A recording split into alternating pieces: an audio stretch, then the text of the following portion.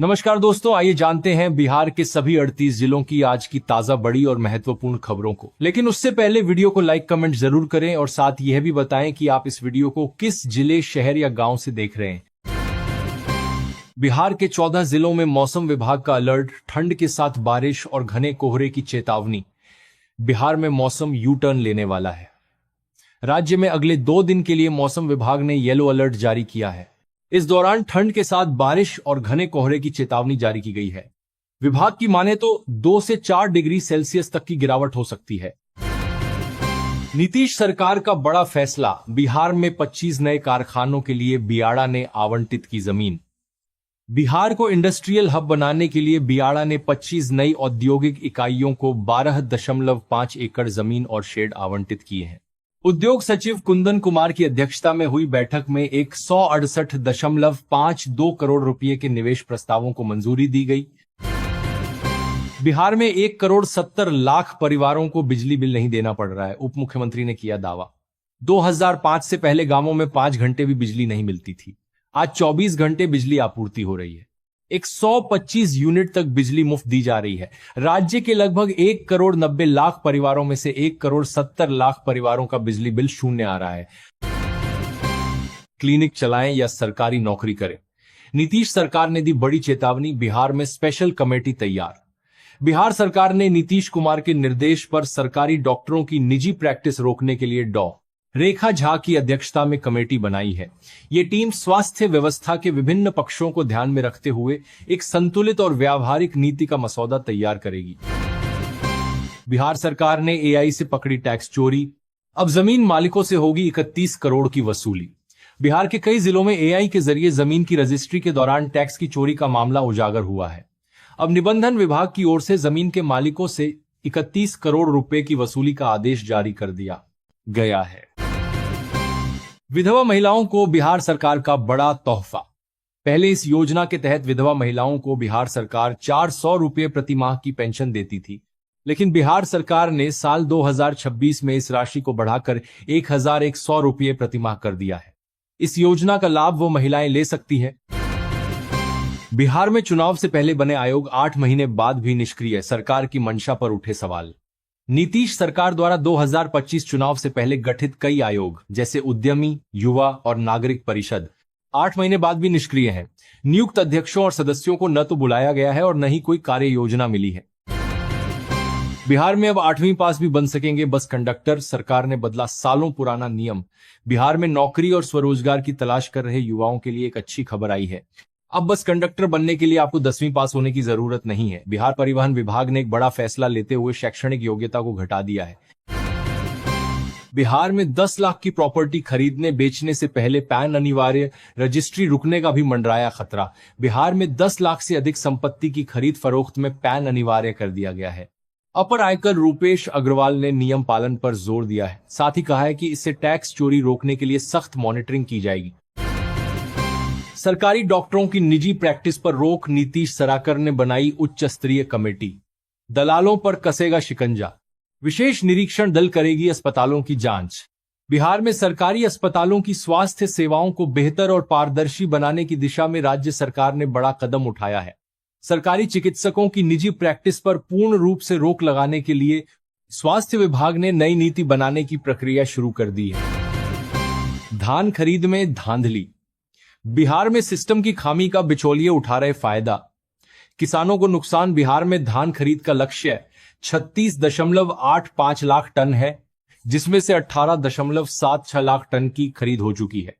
सरकार गड़बड़ी रोकने के लिए सख्त है, लेकिन बिचौलियों की सक्रियता से छोटे किसानों के नाम पर फर्जीवाड़ा जारी है। कम बुकिंग वाले रेलवे रिजर्वेशन काउंटर होंगे बंद। डिजिटल इंडिया की ओर रेलवे का बड़ा कदम। रेलवे बोर्ड ने कम टिकट बुकिंग वाले रिजर्वेशन काउंटरों को बंद करने या पीआरएस कम यूटीएस टर्मिनल में बदलने का निर्देश दिया है। प्रतिदिन 25 से कम टिकट बुक होने वाले काउंटरों पर यह नियम लागू करते थे। डिजिटलीकरण और 87% ऑनलाइन बुकिंग के कारण यह कदम उठाया गया है। बिहार के 30 जिलों में खुलेंगे डिस्ट्रिक्ट अर्ली इंटरवेंशन सेंटर, मिलेगी विशेष स्वास्थ्य सुविधा। बिहार के 30 जिलों में district early intervention centre DIC स्थापित किए जाएंगे। ये केंद्र नवजात से 6 वर्ष तक के बच्चों के शारीरिक, मानसिक और भावनात्मक विकास की निगरानी व देखभाल करेंगे। इनमें जन्मजात बीमारियों, कुपोषण और अन्य गंभीर स्वास्थ्य समस्याओं का इलाज होगा। प्रत्येक केंद्र पर लगभग 1.25 करोड़ रुपए खर्च होंगे। पटना में राशन दुकानों में धांधली, 44 से स्पष्टीकरण, 5 का लाइसेंस रद्द, 1 पर प्राथमिकी।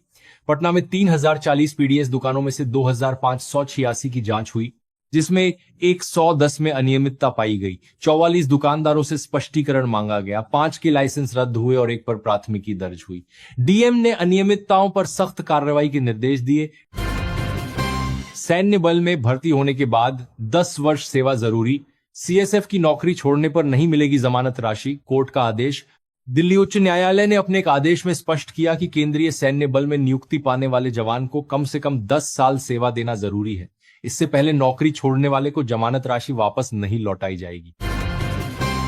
राशन कार्ड ई-केवाईसी 15 फरवरी तक नहीं करने वाले डीलरों पर गिरेगी गाज, मिली चेतावनी। एसडीएम अभिजीत कुमार गोविंदा की अध्यक्षता में नरकटियागंज में राशन कार्ड धारकों के ई-केवाईसी कार्य की समीक्षा बैठक हुई। 15 फरवरी तक सभी वंचित लाभार्थियों का ई-केवाईसी पूरा करने का निर्देश दिया गया। लापरवाही बरतने वाले डीलरों पर कड़ी कार्रवाई की चेतावनी दी गई। देश में 12 फरवरी को देशव्यापी बिजली हड़ताल, विद्युत संशोधन बिल 2025 के विरोध में एईपीएफ की घोषणा। All India power engineers federation ने 12 फरवरी को देशव्यापी बिजली हड़ताल की घोषणा की है। यह हड़ताल बिजली क्षेत्र के निजीकरण और प्रस्तावित इलेक्ट्रिसिटी अमेंडमेंट बिल 2025 के विरोध में है। फेडरेशन का दावा है कि यदि ऐसी बास भी एक सरकार ने अपना रुख नहीं बदला तो देश भर में बिजली आपूर्ति प्रभावित हो सकती है। बिहार बोर्ड मैट्रिक व इंटर परीक्षा में आधे घंटे ही खुलेगा। सेंटर का एंट्री गेट परीक्षार्थियों को 8 बजे तक केंद्र पर पहुंचना होगा। केंद्र अधीक्षकों को निर्देश मिला है कि केंद्र के बाहर बड़े अक्षर में इसे सूचित करवाएंगे। 8.3 से बच्चों को प्रवेश कराना शुरू कर दिया जाएगा और 9 बजे गेट बंद कर दिया जाएगा। दूसरी पाली में 1 बजे से प्रवेश शुरू किया जाएगा और 1.3 बजे मुख्य द्वार बंद कर दिया जाएगा। 2 फरवरी से 13 फरवरी तक परीक्षा चलेगी। भारत लाइट सिलेंडर हुआ लॉन्च, बाहर से देख सकेंगे कितनी बची है गैस। डिजाइन भी शानदार, देश में घरेलू रसोई गैस को और सुरक्षित व सुविधाजनक बनाने की दिशा में एक बड़ा कदम उठाया गया है। इंडिया एनर्जी वीक के दौरान केंद्र सरकार ने एक नए तरह के एलपीजी सिलेंडर को पेश किया, जो पारंपरिक लोहे के सिलेंडर से काफी अलग और आधुनिक है। क्या विधवा को पुनर्विवाह के बाद भी मिलती रहेगी पति की पेंशन? नियम 54 पर दिल्ली हाईकोर्ट का बड़ा फैसला। दिल्ली हाईकोर्ट ने स्पष्ट किया है कि यदि मृतक केंद्रीय सरकारी कर्मचारी की विधवा निसंतान है और उसके पास पर्याप्त स्वतंत्र आय नहीं है तो वह पुनर्विवाह के बाद भी पारिवारिक पेंशन की हकदार बनी रहेगी। कोर्ट ने केंद्रीय सिविल सेवा पेंशन नियम 1972 के नियम 54 को संवैधानिक रूप से वैध ठहराते हुए कहा कि यह प्रावधान विधवाओं के पुनर्विवाह को प्रोत्साहित करने और सामाजिक सुरक्षा सुनिश्चित करने के उद्देश्य से बनाया गया है। सड़क पर पड़ा पैसा उठाना क्यों पड़ सकता है भारी? क्या कहता है कानून? इंडियन कॉन्ट्रैक्ट एक्ट 1872 की धारा 71 कहती है कि जो व्यक्ति किसी और की वस्तु पाता है उसे उसी तरह संभालना चाहिए जैसे किसी और को दी गई वस्तु संभाली जाती है। इसका मतलब है कि आपको वह सामान अपने नाम से नहीं रखना चाहिए बल्कि उसका मालिक ढूंढने की पूरी कोशिश करनी चाहिए। मुजफ्फरपुर सिविल कोर्ट को उड़ाने की धमकी, ईमेल से मचा हड़कंप, परिसर खाली कराया गया है।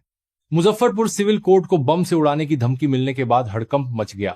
एक ईमेल के जरिए मिली इस धमकी के बाद सुरक्षा एजेंसियां अलर्ट हो गईं और पूरे कोर्ट परिसर को खाली करा लिया गया। केंद्रीय कर्मचारियों और पेंशनर्स के लिए बड़ी खबर, वेतन में हो सकती है ऐतिहासिक बढ़ोतरी। केंद्रीय कर्मचारियों और पेंशनर्स के लिए बड़ी खबर है। 8वें वेतन आयोग को लेकर चर्चाएं तेज हो गई हैं और इस बार कर्मचारी संगठनों की मांगें पहले से कहीं ज्यादा आक्रामक नजर आ रही हैं। महंगाई, बढ़ते घरेलू खर्च और वेतन संशोधन में हो रही देरी को लेकर कर्मचारियों में नाराजगी साफ दिख रही है। कर्मचारी संगठनों का कहना है कि अब सिर्फ मामूली बढ़ोतरी नहीं बल्कि इतिहास की सबसे बड़ी सैलरी और पेंशन बढ़ोतरी होनी चाहिए। भारत में सस्ती होगी बियर शराब, कीमतों में आएगी भारी गिरावट। भारत यूरोपीय देशों से आयात की जाने वाली शराब पर वसूले जाने वाले टैक्स में बड़ी कटौती करेगा। समझौते के तहत यूरोप से आने वाली महंगी वाइन पर वसूला जाने वाला टैक्स अगले 7 सालों में 150% से घटकर 20-30% हो जाएगा। बियर पर 110% से घटाकर 50% और स्पिरिट पर 40% टैक्स लगेगा। बिहार में पीएम आवास के 40% आवेदकों के अयोग्य होने का खतरा। बिहार में 40% तक परिवार अयोग्य की श्रेणी में आ सकते हैं। इस तरह से 1,04,00,000 में 60-65 लाख परिवारों की फाइनल सूची तैयार होने की उम्मीद है। शेष लाभुकों की श्रेणी से बाहर हो सकते हैं। कोच्चि के बाद पटना में लीजिए वाटर मेट्रो का मजा। मात्र 50 रुपये में सफर का मजा। कोच्चि के बाद पटना भारत का दूसरा शहर बनने जा रहा है जहां वाटर मेट्रो शुरू की जाएगी और उम्मीद है कि अप्रैल में गंगा नदी पर इलेक्ट्रिक फेरी का परिचालन शुरू हो जाएगा। इससे यात्री सफर का आनंद उठा पाएंगे। फेयर 50 रुपये से शुरू होकर 100 रुपये तक होगा। इससे यात्रियों के पानी के ऊपर यात्रा करने का आनंद मिलेगा, उनका सफर भी आसान होगा। भारत को न्यूजीलैंड ने 5 मैचों की टीबी सीरीज के चौथे मैच में 50 रनों से हरा दिया। विशाखापत्तनम के एसीए वीडीसीए स्टेडियम में बुधवार 28 जनवरी को भारत ने टॉस जीतकर गेंदबाजी का फैसला किया। न्यूजीलैंड ने 20 ओवर इंडियन बल के बाद से की सीरीज को कोई भी करेंगे देखने को मिलती है और कल दिन भारत हरान में अली करेंगे 2000 कोई भी अली करेंगे 2000 कोई भी करेंगे में 7 विकेट पर 215 रन बनाए। टिम सीफर्ड ने शानदार अर्धशतकीय पारी खेली। डेरिल मिचेल ने अंत में 216.67 के स्ट्राइक रेट से रन बनाए। भारत के लिए अर्शदीप सिंह और कुलदीप यादव ने 2-2 विकेट लिए। 216 रनों के लक्ष्य के जवाब में भारतीय टीम 18.4 ओवर में 165 रन पर आउट हो गई। शिवम दुबे ने 15 गेंद पर अर्धशतक जड़ा, लेकिन उनकी मेहनत पर पानी फिर गया। संजू सैमसन का बल्ला एक बार फिर नहीं चला। न्यूजीलैंड के लिए मिचेल सैंटनर ने 3 विकेट लिए। भारतीय टीम सीरीज 3-1 से अजेय बढ़त बना चुकी है। सीरीज का आखिरी मैच रविवार 31 जनवरी को खेला अंदर जाएगा। दोस्तों, बिहार से जुड़ी आज की खबरों में इतना ही और अधिक खबरें जानने के लिए आप बिहार न्यूज 92 के साथ जुड़े रहिए।